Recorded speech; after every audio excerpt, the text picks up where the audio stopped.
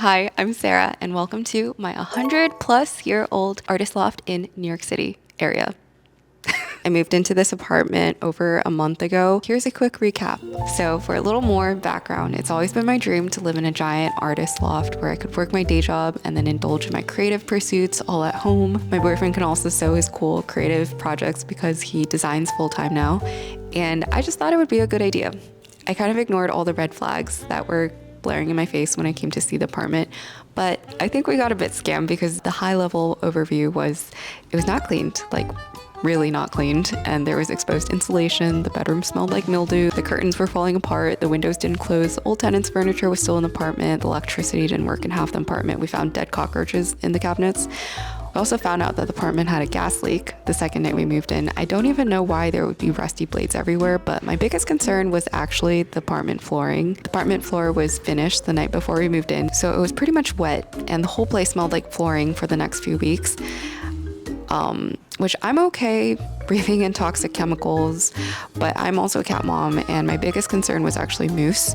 His paws were sticky for the first 2 weeks, which made me very infuriated because we had nowhere else to go. So besides all that, we've been kind of working through all the problems, but I also feel like I haven't been in the right headspace for the last 2 months to really talk about these issues. I've had pretty bad relocation depression. Like, I've been at one of my lowest points. I know it's hard to tell because on social media you just kind of like hide everything about your own struggles, but I also forgot to mention that this apartment was on the market for 2 months, and not once did I question it. Like, if only I had one responsible brain cell in my head to say, Sarah, there's probably a reason why no one's renting this out. Half of the problems have been fixed now, so we're kind of sorting through the other half. But yeah, that is the reality of living in an 100-year-old artist loft. And that is probably also why it was within our budget. I feel like I'm on a cooking channel and I should be chopping. I found this apartment on Street Easy. I thought, keyword thought, that this was the perfect apartment. It was huge, like so big, coming from a couple who lived in a Brooklyn apartment. And the number one rule of New York City apartment hunting is to look at the rental history.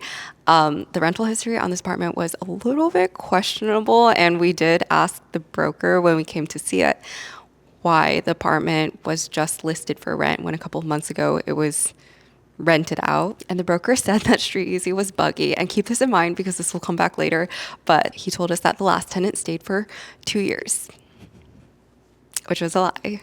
Anyways, that's all to say, welcome to my new life, at least for the next year. And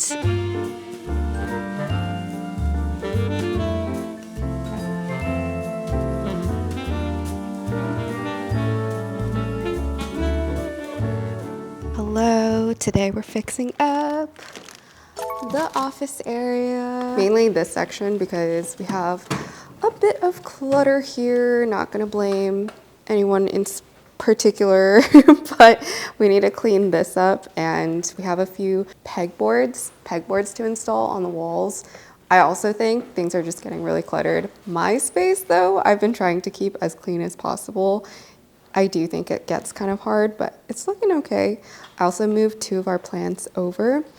So this is what the office space is looking like right now, and I'm quite happy with it. But yeah, today we're doing some work on James's section of the office, and hopefully we will finish before the sun goes out. Can I tell them a fun fact? Yeah. Peggy Goo is actually short for pegboard goo. That's her full name. So Really? yeah, just so you know. The DJ? Yeah, it's a Korean name. Oh, Pegboard. Oh, Pegboard. Yeah, and then you just shorten it to Peggy. You know, she should have been DJ Pegboard instead of Peggy Goo. Yeah, well, I think she did start out that way, actually. Time for a rebrand.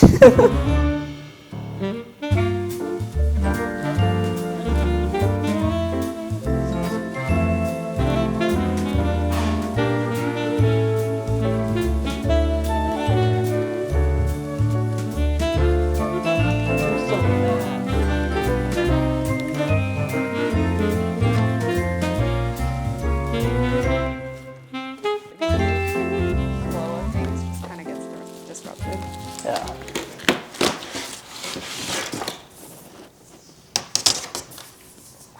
The boards are out.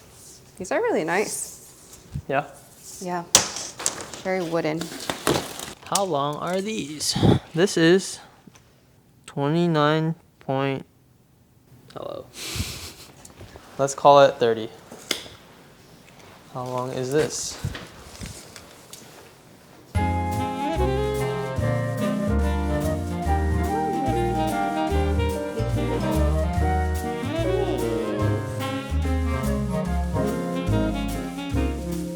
Yeah, it should be there too.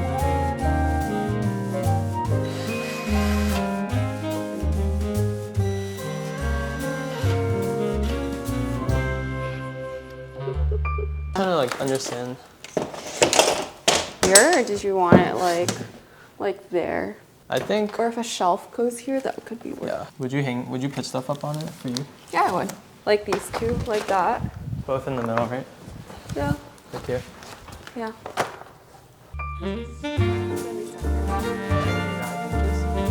60 inches. So, sure. Yeah, I need a heavy sword.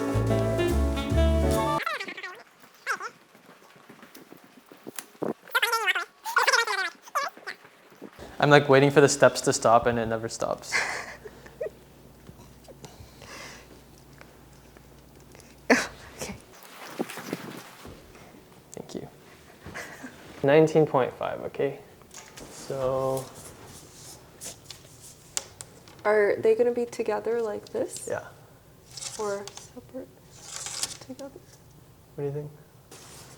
Like in our corner? Is it? Are we gonna each chalk? Are we each gonna have one? I don't know.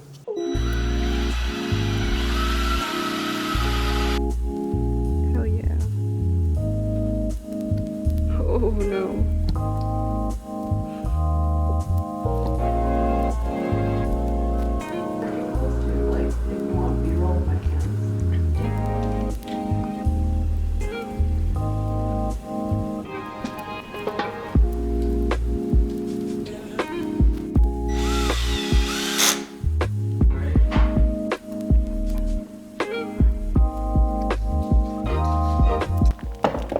Should I also get the, I'm gonna get the, Let me know about dinner. she's thirsty. I'm just hungry, not thirsty. She's thirsty. Can you guys believe that like 3 hours passed just to do this? What you mean it doesn't fit? It's too big. I feel like every artist has this. For a reason. For a season. Or for a lifetime. Is camera going still? Yeah.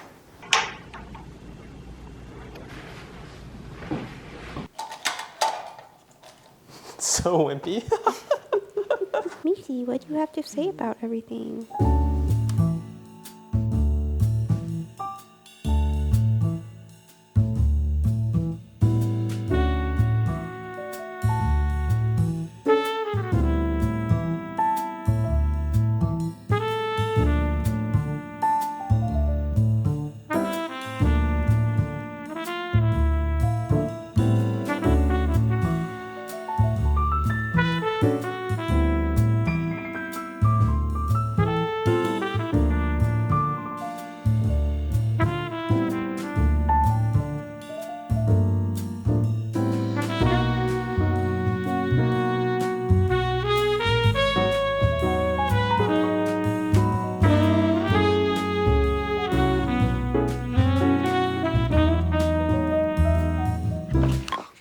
Also, while I have you guys here, I wanted to share the apartment lore.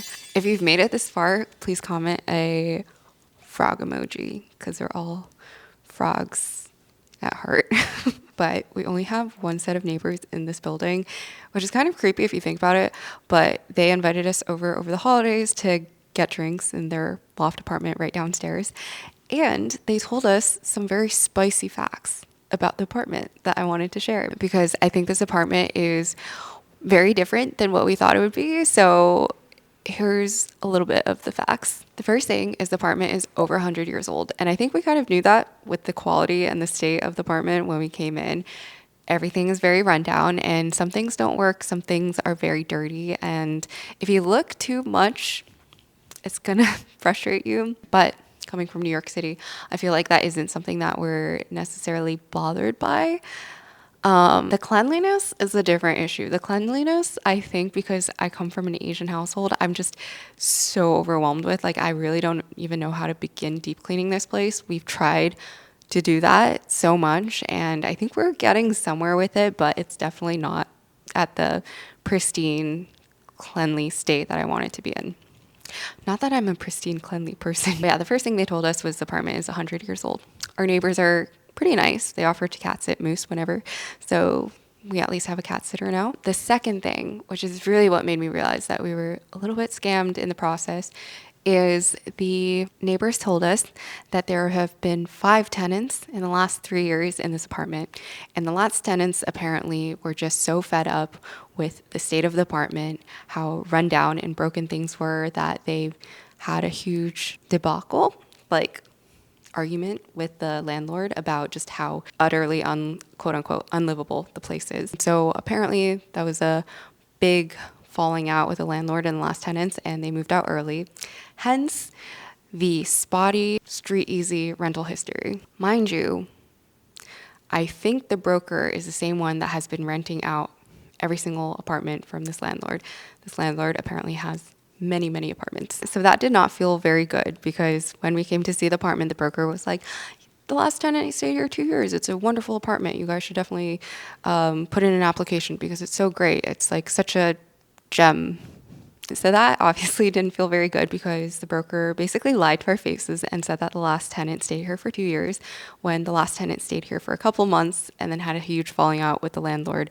But I guess they wouldn't tell us that because we're prospective tenants, and the rental was up on the market for like several months before we took it, which I guess that was also a red flag, but I wasn't thinking, like, my one brain cell was working overtime for other things that week. But some fun facts. There were some fun facts that our neighbors told us. The first is this place was apparently rented by Kim Kardashian's old stylist at some point. I didn't ask for the specifics, but it was also rented by a football player, like a professional football player, and a really rich kid that was exiled from New York City because his parents refused to pay his rent in New York City. So they exiled him to this apartment. So I thought that was really interesting, because I kind of feel exiled a little bit too. but the other thing that also made me feel a little bit more comforted is the neighbors downstairs said that this apartment looks really nice on paper, and it looks really nice when you just look at it from a glance.